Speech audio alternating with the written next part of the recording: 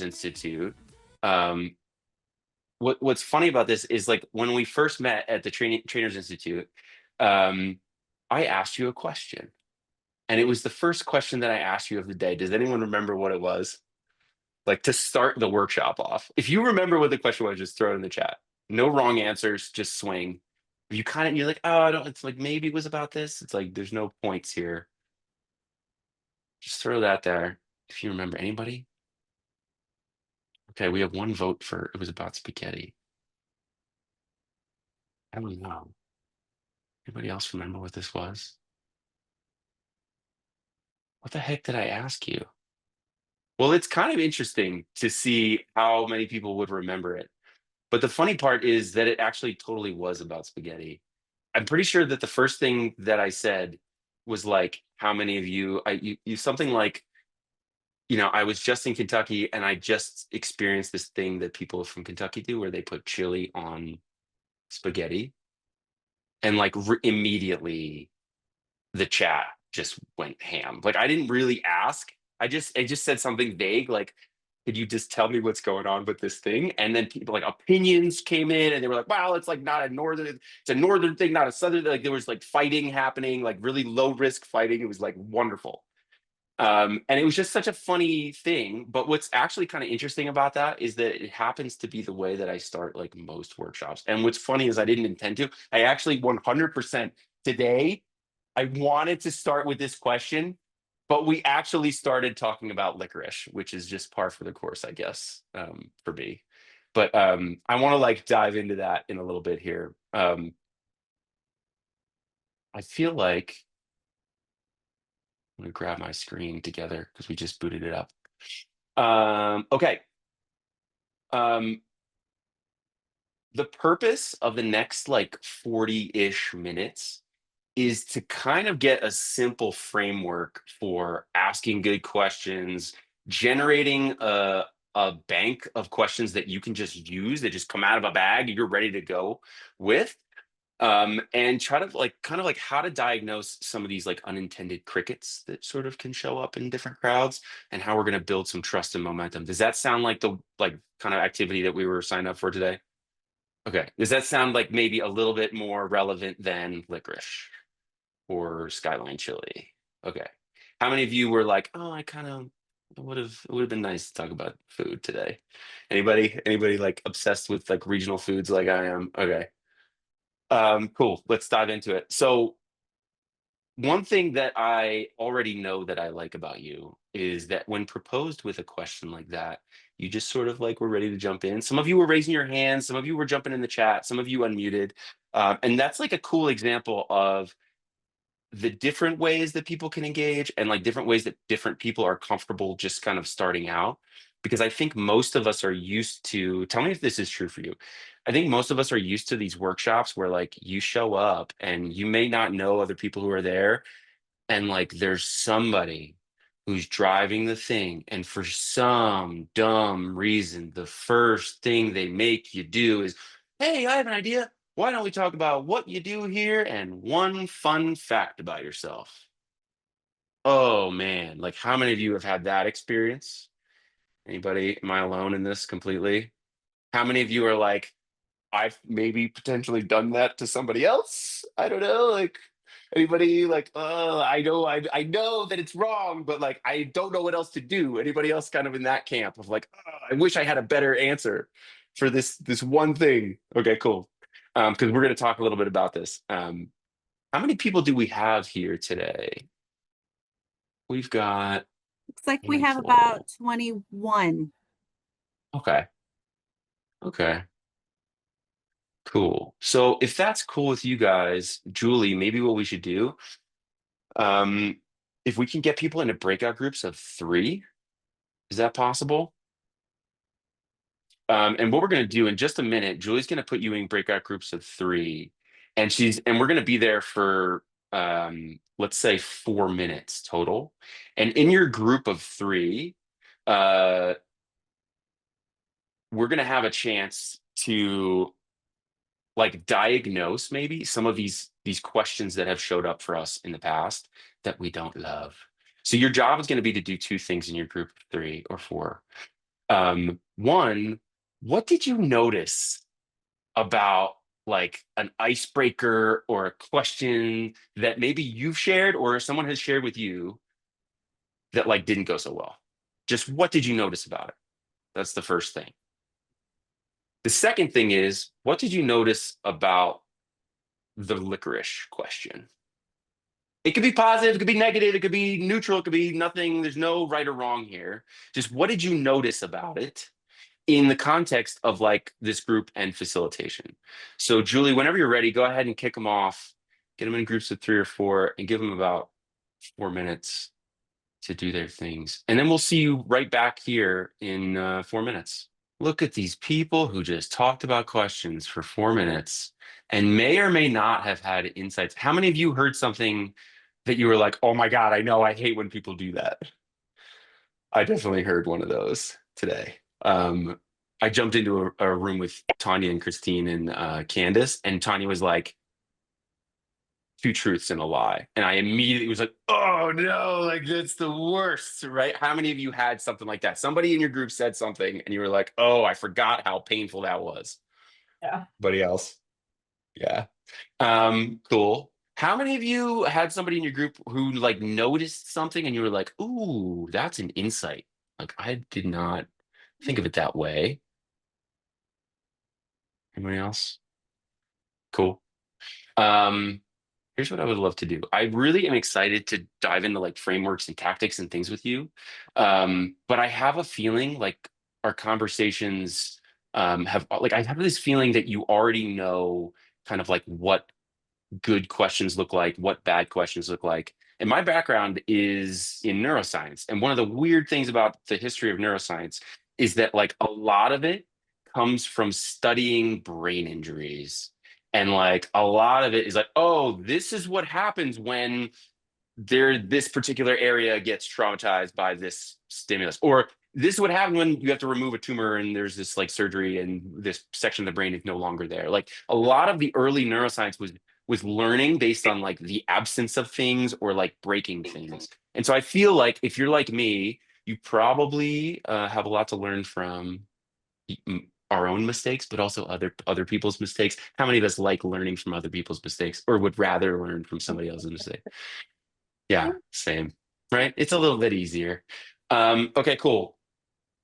If you, I would love to invite you to challenge yourself or to be so bold as to throw in the chat maybe something that you heard in your conversation that was insightful, interesting, something new, or like something that like reaffirmed maybe like an existing belief that you had, or a specific questions. Like just go ahead and popcorn in the chat what you're feeling like resonated with you in that conversation.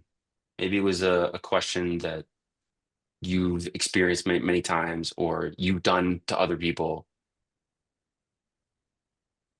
Oh, Candace, what's fun for you may not be fun for others. I love that. How many? Okay, quick show of hands.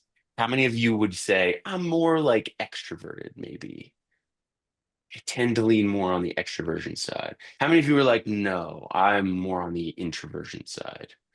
Okay. How many of you are like, don't put me in a box, man? Yeah. All right, cool. All right, sweet. So like what you may I love Candace's insight, and we were just talking about this new language for these activities called forced fun. Have you guys heard this? Has anybody heard forced fun before? We are like, guys, we got to do this icebreaker. It's gonna be so fun. I promise. Just do it. And we're like, oh, I don't know. I don't know if I want to be that. I don't know if I'm ready to do that yet. Right? Okay, the intro. Tanya, tell me about the intro. What does intro mean? Sorry, that was supposed to be introvert. Oh, I thought you meant like the bio thing, because I feel like it's really common for speakers, in the first 90 seconds to be like, hey, my name's Chris and I did all this stuff. And there's like, here's my resume. And like, here's the 8 reasons why you should trust me. Right. Like, I feel like that's a really easy trap to fall in. And like, the reality is kind of no one cares if we're being honest. And there's probably a bio slide and they're probably going to send out an email. And it's like realistically, like your job is to just like be a person first, and then I think people are more interested in what you have to say and who you are and like the things that will back you up. Like I didn't say the word neuroscience until we were what, 10, 15 minutes into this conversation. Like I wasn't going to lead with that. That seems like not that helpful. um Zach, we've had fun breaking up long webinars with sharing pet pictures. Ah, you know what's funny about that? I've been seeing this in company Slack channels, like basically internal communications, where there's like just a pets channel. Yeah. Has anybody else seen this kind of thing where you're just like sharing pets for some reason just works? I have not done, I have to try this. I love that insight. Thank you, Zach. Cool. Um, cool insight. You have a pets channel in Teams, right? Okay, see, there we go. That's a little validation for me because I was like, I've only seen that a couple times. Um, Here's what I would love to do with you.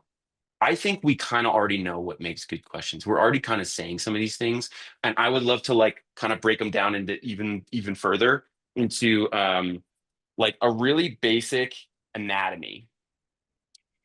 So, real quick, um, some of the things that I'm hearing you say are around like reaching people where they are, right? Like what might be fun for you might not be fun for somebody else. So we're like, okay, we're going to try to like make it accessible for people or make it like relatable for people. I'm going to change that word to be relevant.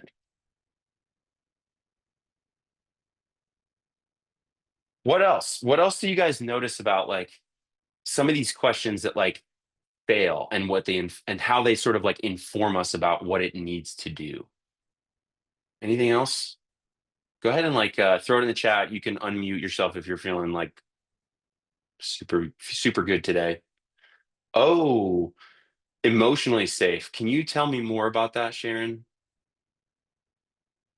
I love that Yes, idea. Yep. yeah. The we had a great discussion in our breakout room, but I experienced years and years ago at a training, it was an activate prior knowledge question that Yeah. required way too much vulnerability because it was about past experiences as a child. Whoa. And I felt very like deer in the headlights when the Whoa. facilitator picked on me and wanted me to answer. And so I think, you know, if your question requires a lot of vulnerability, there needs to have already been a certain amount of trust built up in the group. Okay. I love what you just said. We're going to unpack that like big time. It's one of the core things we're going to take away from today, and we're going to explain it. How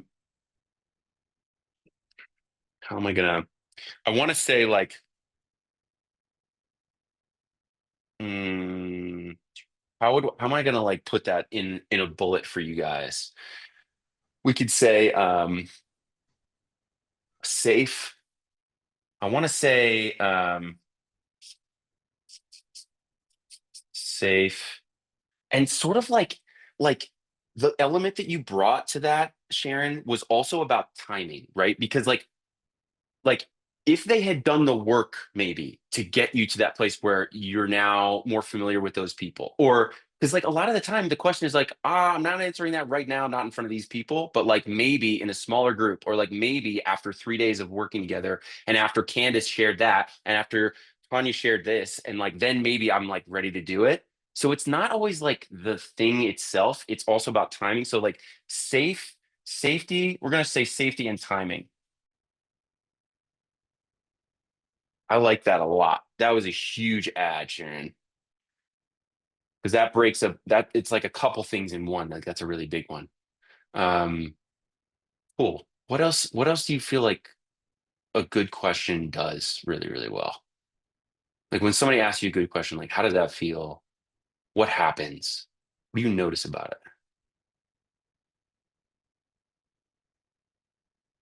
Makes you think.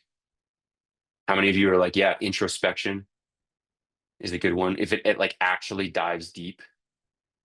Yeah, that's cool. I love it. You want to share and respond, April. Ooh, because that's so connected to like intrinsic motivation. Like that's so relevant. So I'm going to try to combine what you guys are sharing here.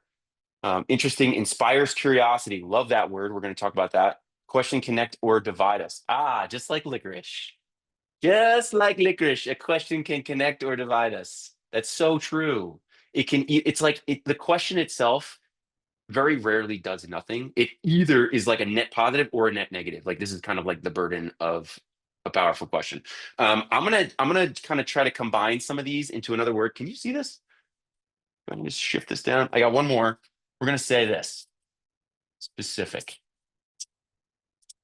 And that sort of is like a shorthand for some of these comments around like interesting, right? Like usually interesting is about something specific. You have to really think about that topic. Curiosity is something where you're like, oh, I never thought about that one very specific thing, right? Usually not like high level conceptual stuff. This is a great little outline of the anatomy. I think some of the other things that it might do that might resonate with you, it might make you or other people feel like they can be themselves, like authenticity, right? Um, no one is expecting anybody to be perfect. So if I'm looking at my notes for 2 seconds, I don't think anyone here is going to judge me and say, oh, this person was like the worst presenter of all time. Like he had to look at his notes, right? Like it's just sort of a thing that happens, right? Or if something breaks, in the middle of a session, like we're just adjusting, we're just going with it. Most people, and there will be some, but most people are not going to hold that against you forever. And I think that's a helpful thought. So I love this anatomy. I want to jump into some tips. Does that feel like a cool thing? Can we do that next? Give me like a thumbs up if you guys are ready to do some question tips. Cool. All right. These are going to be super related. Oh man, I can't wait to get to question 2. Here we go. All right. This one thing, promise you, this one thing, if you do this, it will change like 80% of your question asking problems. How many of you, I don't know if this is true for everyone, but for me, like I grew up in a Catholic Italian household. So like when someone asks me, well, why did you think that way? Why did you make that decision? Why did you like decide to do that particular thing? Like my first reaction is to be what? Anybody? Like, yeah, defensive. Right. Exactly. Yeah. Emily, like on the nose, right? Like how many of you are kind of like that? Where like if somebody's like, well, why did you think that way? Yeah, that's a very normal human reaction. Our job is not to like make people answer it anyway. Our job is to figure out how to work with that human reaction so we can elicit the response that we want. So we're gonna avoid literally starting questions with the word why. Just don't do it. Not and it can work, but like 90% of the time, it's gonna trigger that defensiveness response. If you just do this one thing, it will just like be so it's like the majority of today is like this tiny little thing. Instead, use how or what. In an intro session, it's so nice to just be like, hey, what's one thing that you love right now that you're really into? What's one thing you know a lot about? These are things people love talking about. You're stacking the deck with stuff that they already like. So you're just prompting them to tell me something you like right now. Like that's going to probably lead to a pretty good conversation, right? As opposed to like, what do you do for a living, right? Like there's most of the time people don't want to talk about it. They spent 40 hours a week, or in your cases, whatever it is, 70 hours a week, probably for most of you strong, resilient educators, hardworking educators, right? Like you spent a lot of your time doing this other, like you don't always want to talk about it. So instead, ask a question like, what's something you love talking about? Like you can even throw that out there, but just changing to how or what does two things. One, it gets at something that's specific, that's like describable, that's not necessarily always a one word answer. How is really, really good at this? How is really, really good at unpacking like the process for something? How did you come to that decision? How did you decide to go to that university? Right? It was like, well, you're probably going to get a story. You're probably not going to get a one word answer. You're probably going to get a story out of that person, which is going to have way more context. And then at some point, they might tell you what they do. And that's great. But how is one of those openers. The other thing that it does is it invites you inside their thinking process. So instead of them having to defend it, you are now being invited to be a curious agent to like explore what that was like. So I want to do some like live work with you. Like, give me like a couple why questions that you've used or you've heard other people use, and let's do like some live translation into like use this like let's convert it into like a more useful like framework. Can we do that? Who wants to throw me some like why questions here, and we'll just do it live? Would that be fun? Are you asking for why questions that we've heard in previous trainings? Just to Yeah, clarify. it could be. Yeah, it could be something that you've heard in a question, a previous Okay. training. It could be something that someone asked you, and you were like, "Oh my God, I remember this moment. I hated that question." Anything Okay. that's a why question that you're like you feel like was a little off. Ooh, why is this important?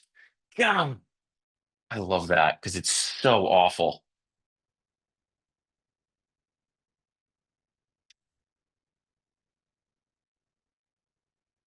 How about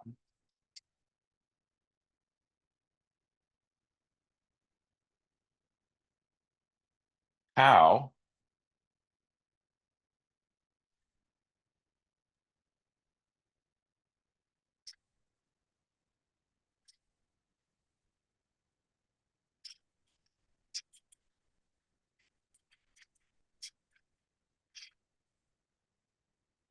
how could this benefit us? How could this be more essential? How could this relate to our core mission? These are just some of the ways that you could pull that out.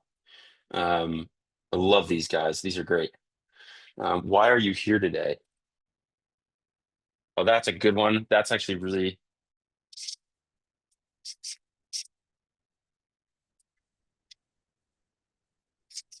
Chris, this kind of seems like the with 'em, like what's in it for me kind of thing. 1,000,000%. Um, what's in it for me is like this really nice, convenient shorthand for making something relevant and specific, and then ultimately useful, right? Because that's what we want out of it. Like that's why it has to be relevant. That's why it has to do all those things. Um, you could translate this to like, how did you get here? And depending on the answer that you want, what you might choose to do is say something like,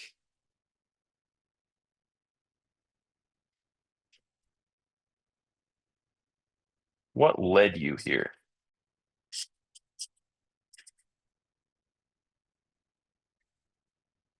Um, cool.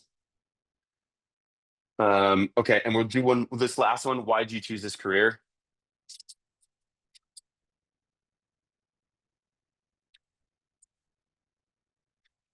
Does anybody else want to take a crack at this?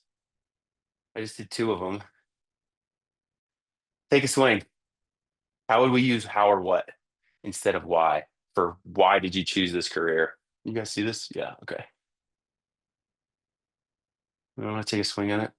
Perfect. Amanda, I love it. What led you to this path?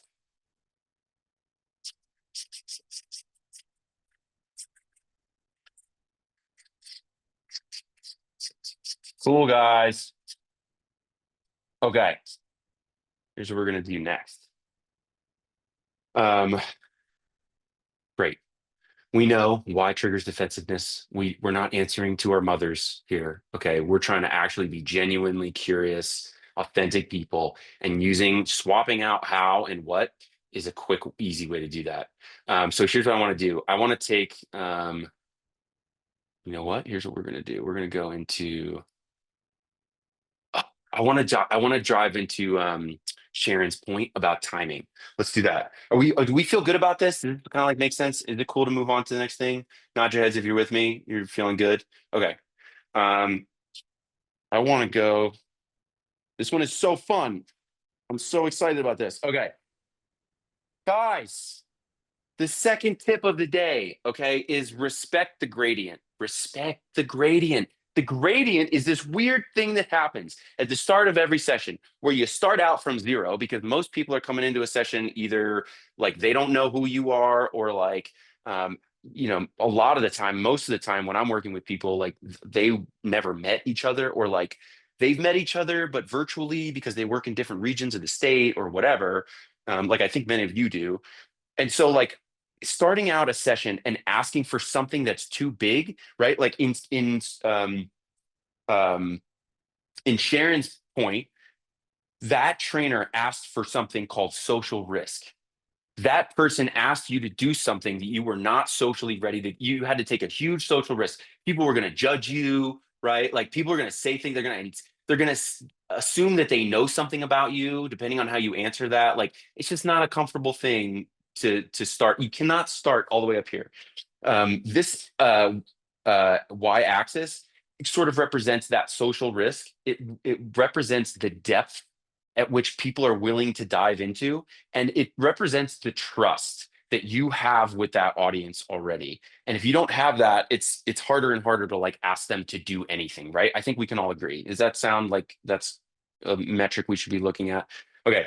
The other axis here, the x-axis, is change in time. How many physics people do we have in here who know the delta t, the lowercase t? Anybody still see that? And we're like, oh my God, we're in physics again. Anybody?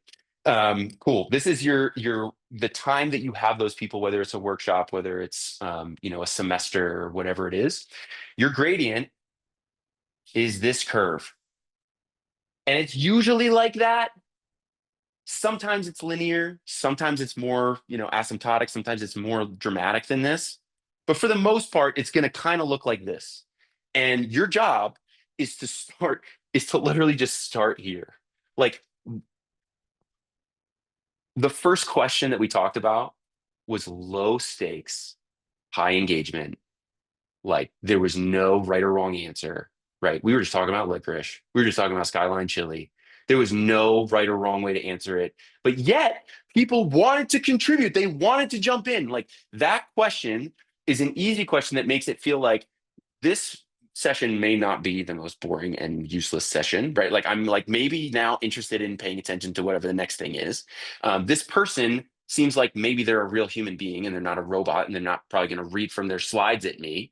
And I'm willing to start participating. I'm already engaged. I'm already active inside the chat, right? So like something that's low stakes, low risk, easy, no right or wrong answer is a great way to start any session that you're working and with any people, but especially with people you don't know or who don't know each other.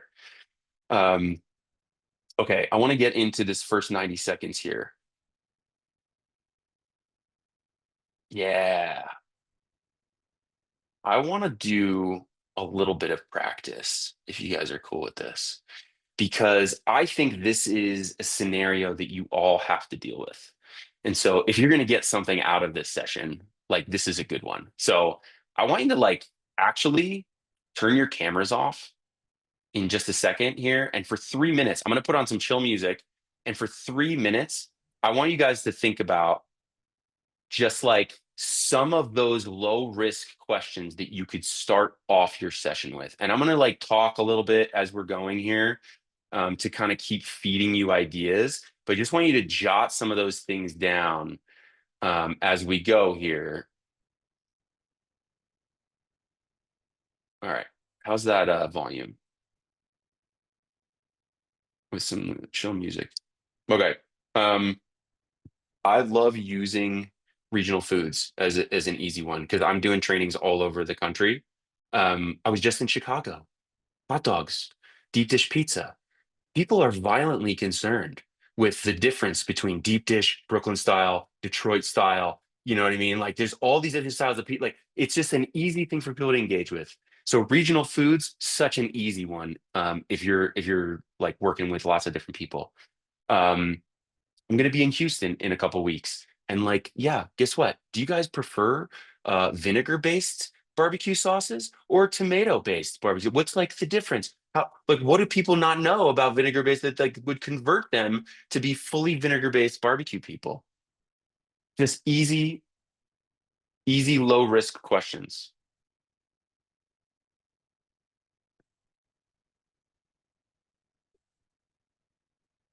Your job is to win the first 90 seconds. That's it.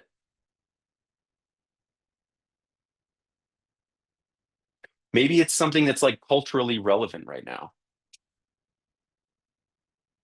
Pick something that's like Polarizing with no risk, like a Taylor Swift thing. I don't know. Is that polarizing with no risk? It might be the right thing. If you're with an audience of millennials talking about 90s grunge, who was the grandfather of 90s grunge? What's a debate you can pick that doesn't cost anybody anything, but people are opinionated about it? Sharon just drops in Kurt Cobain. Sharon just answered it. Oh.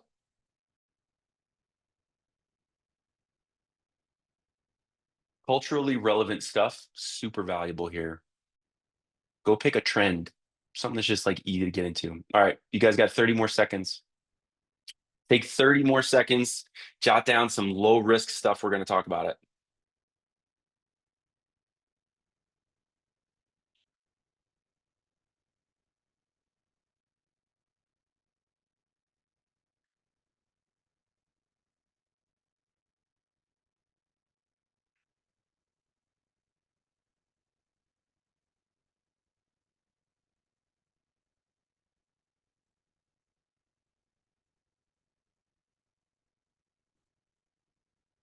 Candace, how are we on time?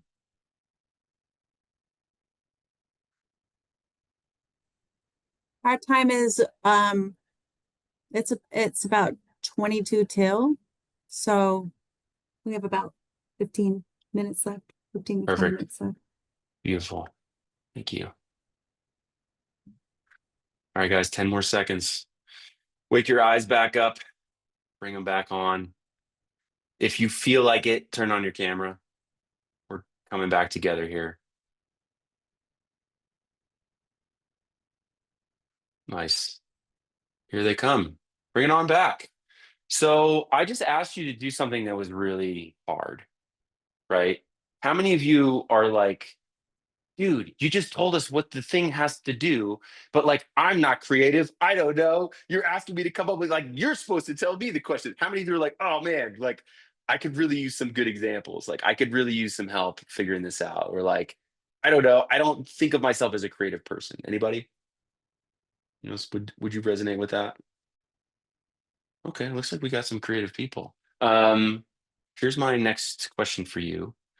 Take a look at your list, some of those low risk questions that you came up with. And I want you to put it in the box of the chat, but don't hit enter. Don't hit enter in the chat. Just put one or two of your favorite ones in the chat box. And then on the count of three, we will all hit enter at the same time and we will flood the chat with some questions. How's that sound? Cool. All right, ready? Throw your question in there. And on the count of three, we're going to hit enter and flood the chat. Ready? 3, 2, 1, go. Hit it.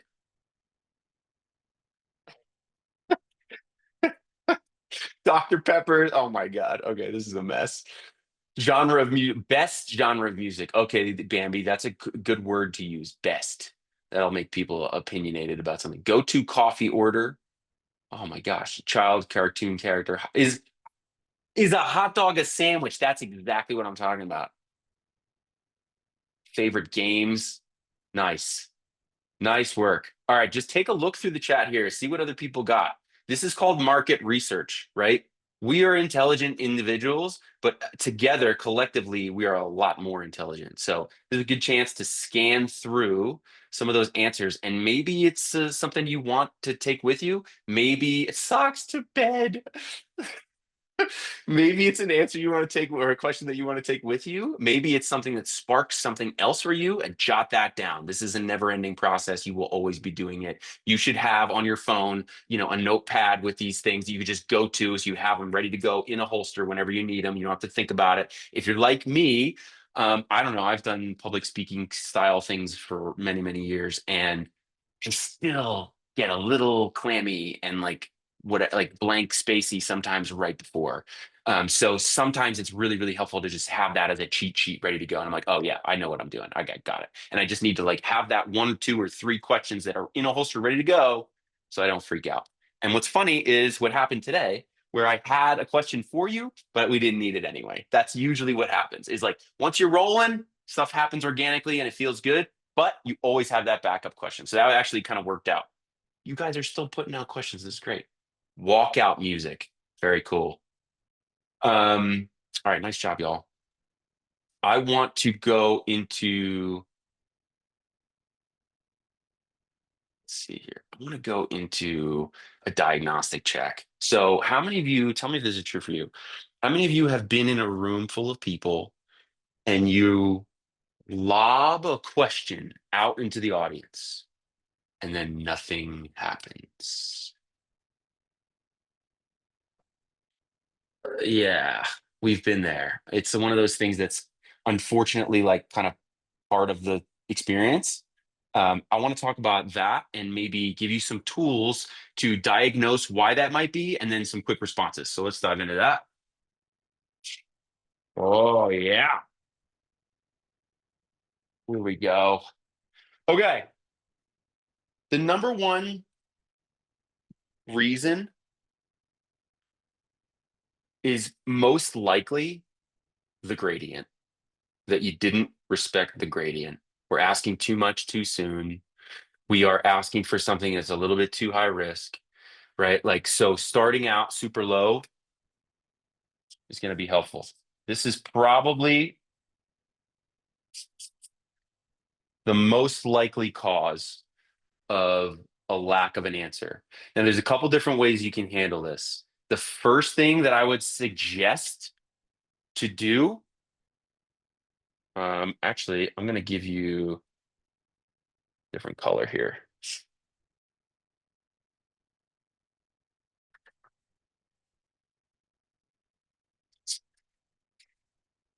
Literally wait 30 seconds. Count it out in your head.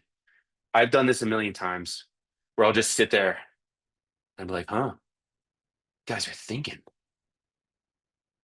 Really stewing on this. This must mean a lot to you. And just sit there with quiet. If you talk too much, then they'll just wait for you to say another thing and they won't be listening. But if you wait, somebody might realize that you're going to wait until somebody responds. And then they may like raise their hand slowly, and that's cool. So try Yes. something like that. What's that? Is it better just like to sit and wait than to like retract or reframe? Like at what point do you give up? Yeah. I think 30 seconds is a good amount of time. It's really understand that 30 seconds is eternity, basically, right? If you're standing in front of a group of people and you're like counting in your head to 30, like that feels like eternity. Um, I would say the right answer is not a real number. The right answer depends on lots of things, but in this case, like you're gonna have to just push yourself. That's gonna be the answer. It's like just sit into your out of your comfort zone for a little while. Like just kind of go as far as you can kind of do, like as far as you can do it. Here's some other language that you might use to help with this moment. Take a moment to think about that, because that cues them that they're going to be sitting there for a moment in silence. Like that just lets them know, and it kind of reduces the tension and allows them the space to think. So if you think that maybe it's about a processing thing, like, oh, maybe I didn't give them enough time to like think about that answer, right? Like today, actually, let's do this live. I should have given you guys a little bit more time this morning, like already in your breakouts. I should have probably doubled it, right? Because that was like it was like a minute a question. It probably wasn't enough to really go do anything like super crazy deep. Like maybe we got some stuff out of it, cool. But I'm like, I'm second guessing that. So I'm like, okay, if I'm diagnosing constantly, that would be a good example of one.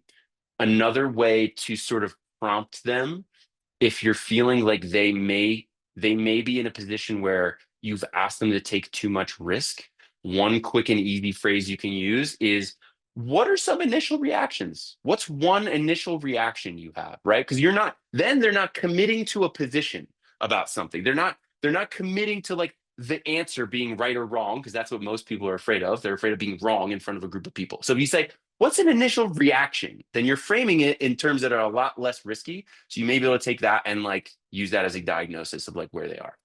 Um, let's do that actually.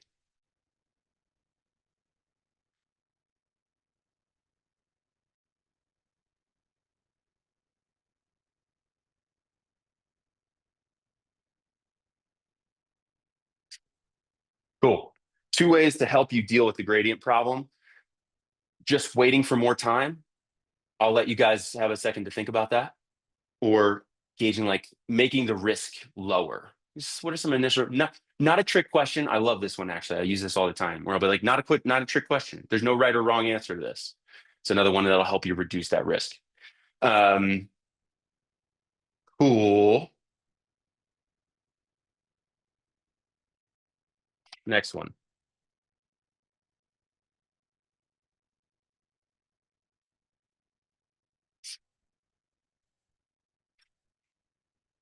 We kind of talked about it.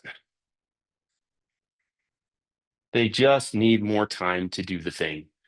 And so you can put them back, or you can give them another 2 minutes, or you can have them do it in a different way, or ask another question that's a little bit different. Like you can literally just try asking it a different way. And you can cue yourself up like, well, let me try asking it like this. Recast your own sentence, right? Because sometimes if they need more processing time, it could be that you like asked too big a question, or the question itself was unclear. So if you ask it and then you try it again in a different way, that might help them get like the processing that they needed to give you an answer. So I'm just going to jot that down for you guys as a solution as well.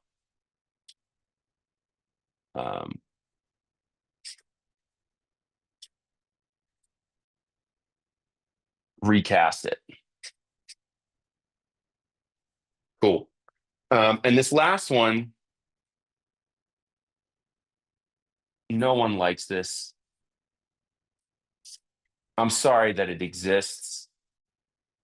There's almost nothing you can do to prevent this from happening. Sometimes like the room is so big that like you have this diffusion of responsibility. And so the people in the back are chatting, but the people in the front are like not responding, and you're asking and like nothing's working, right? Because like, the diagnostic might be the room is too big and so the room is cold. Or it might be that you have a small room. How many of you work with groups like 40 or fewer? Most of the time you're working with groups of people who are like 40 or fewer. Is that true? I'll tell you what, throw me like kind of a range in the chat. If you're like, most of the time I work between 50 and 60 people, or like 100, fewer than 100, like throw in the chat kind of like what you usually, the room size you usually have. I'm just curious. 15, 80. Okay, got it. There's a weird split I've noticed that happens at about 80 people. Up to, I would say 40 is a really great size, because you can see people's faces, you can learn their names. Like it is a lot easier to get up close and personal with people. You can be in their space and walking around and working with people and have high-fiving and blah, blah, blah. Once you get to like, over that, like somewhere around 80, it's like a lot harder to manage. Everything takes more time. You ask a question and the hands are up slower, or like, you ask in the back and you're waiting long. It's like something about like 80 that really like there's just like seam there. And so this may be an area for you. If you're working with people in like 80 or more in a room, I would say this is like one of those areas where we have to sort of diagnose a little bit more. Let me give you some tricks for these. If you're getting nothing, this is an acronym. How many of you? I just did it. How many of you work with people like to do this? How many of you like licorice? How many of you have an opinion about Skyline Chili? For a lot of people, they don't want to talk to you. They don't want to shout out in a crowded room. They don't want their voice to be out there, but they might be willing to do this.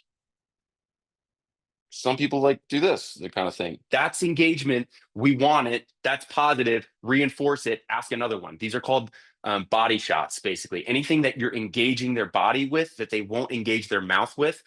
There's a couple other easy ones that you can use.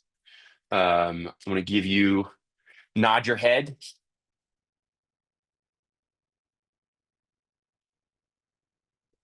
Cool. Does that resonate? Does that make sense for you? Nod your head if you agree. Nod your head if that makes sense. Nod your head if you agree with blah, blah, blah. Like that's just one of those things where people start moving. They're starting to engage. Now they're participating, whether or not they know it.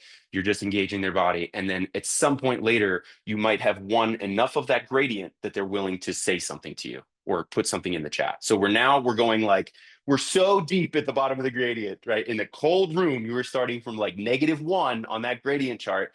And we have to wedge under it with a couple of these body shots that will hopefully wake them up enough to think, yeah, I can participate. And maybe they were consciously aware of that. They might not be. One more that I want to give you guys, and I love this.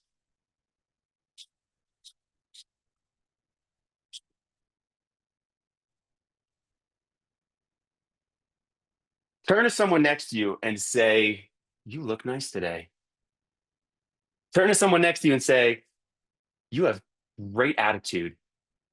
Turn to someone like one of my favorite openers. I work with like high school students for many years, and they're a tough crowd because they really don't want to be there and they don't want to participate. But I'll tell you what, I can open with turn to someone next to you and say, you smell nice today. And you know what that does to a room of high school students?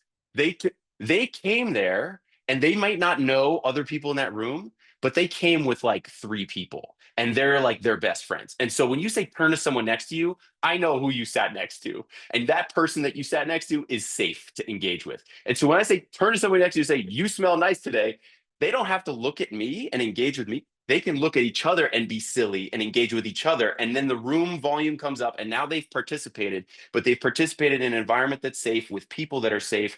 And guess what? We've just reduced the risk by saying something that was just a little bit silly, just silly enough for them to be like, okay, this maybe is not going to be the most painful thing in the world. So those are 3 things that you can do that are considered body shots, where they're engaging their bodies before you engage their brains or their mouths or whatever, that will help you with a cold room. Whether it's a small room of 40 or a huge room of 120 or whatever you're working with. How many of you, and raise your hand, this is really essential to like do it because you're just modeling what it is and they will just do it with you. It's just something that happens naturally for most people. Nod your head if, give me a thumbs up if, give your neighbor a high five if blank, and then turn to somebody next to you and say blank. Those are 3 ways that you can get yourself out of this kind of cold room problem. All right, we got a couple minutes left with each other. And here's what I would love to do. I would love to,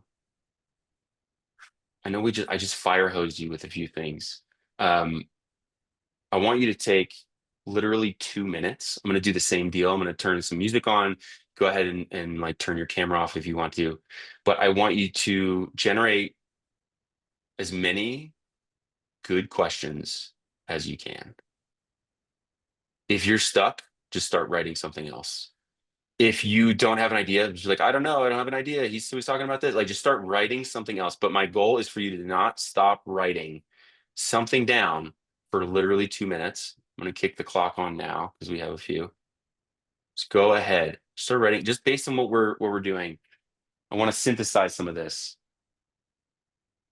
What are some questions that you're taking away from this workshop that are going to help you?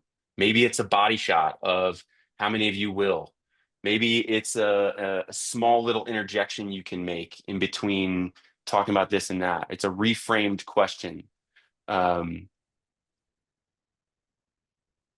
Maybe it's framing for opening. What's one hope that you have for today, right? You're just trying to get some expectations.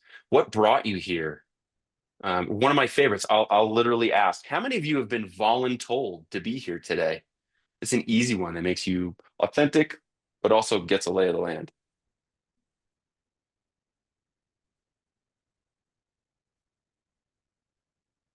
You might turn to some more difficult content that people are struggling with and say, what questions are coming up for you about this subject? What would you do to make this conversation feel more manageable? What other concerns do you have as we get into this? What would have to be true for you to do X?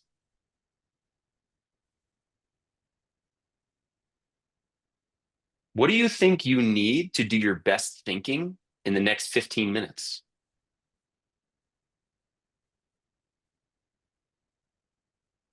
What's something that motivates you? All right, y'all, we got 30 more seconds. 30 more seconds. We're going to wrap.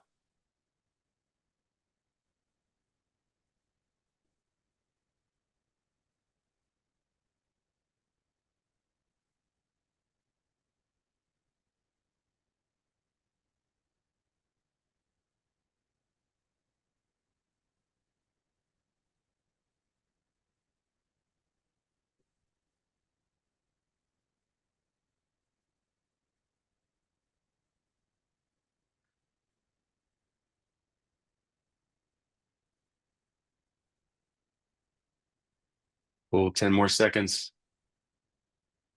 10 more seconds. Find a place to pause.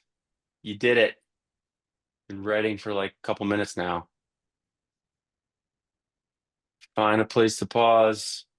Find a place to pause. Wake your eyes up. Bring your head back. Turn that camera back on. And let's check out for the day. We just spent a good amount of time together.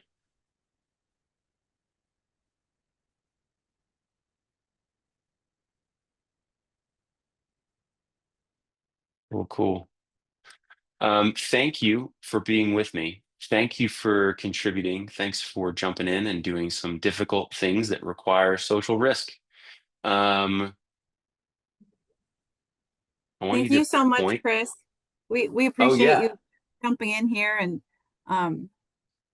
shaking it up for us a little bit for our trainer connections and helping us work together it was Yeah. really fun. Thank you so No much. problem. Yeah. Glad that hopefully this was useful. On your way out, I know we're like a minute out.